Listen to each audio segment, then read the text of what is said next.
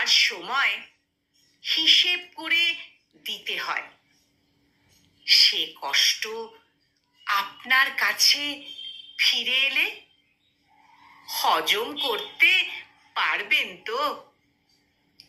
কাউকে কষ্ট দেওয়ার প্রেক্ষিতে সেও আপনাকে কষ্ট দিলে হিসেবটা কিছুটা সমান সমান হয়ে যায়।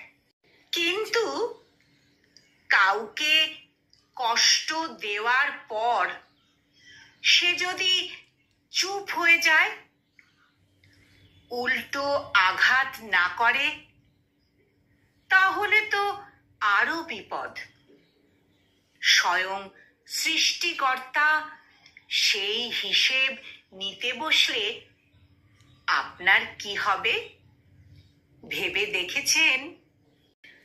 আমরা আসলে ভেবেই দেখি না, তাই প্রতিনিয়ত মানুষের সাথে প্রতারণা করে যাই, ঠকিয়ে যাই।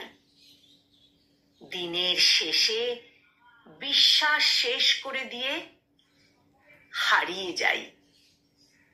ভুলে যাই সৃষ্টিকর্তা বলেও কেউ একজন আছে। ভুলে যাই সৃষ্টিকর্তা বলেও কেউ একজন আছে।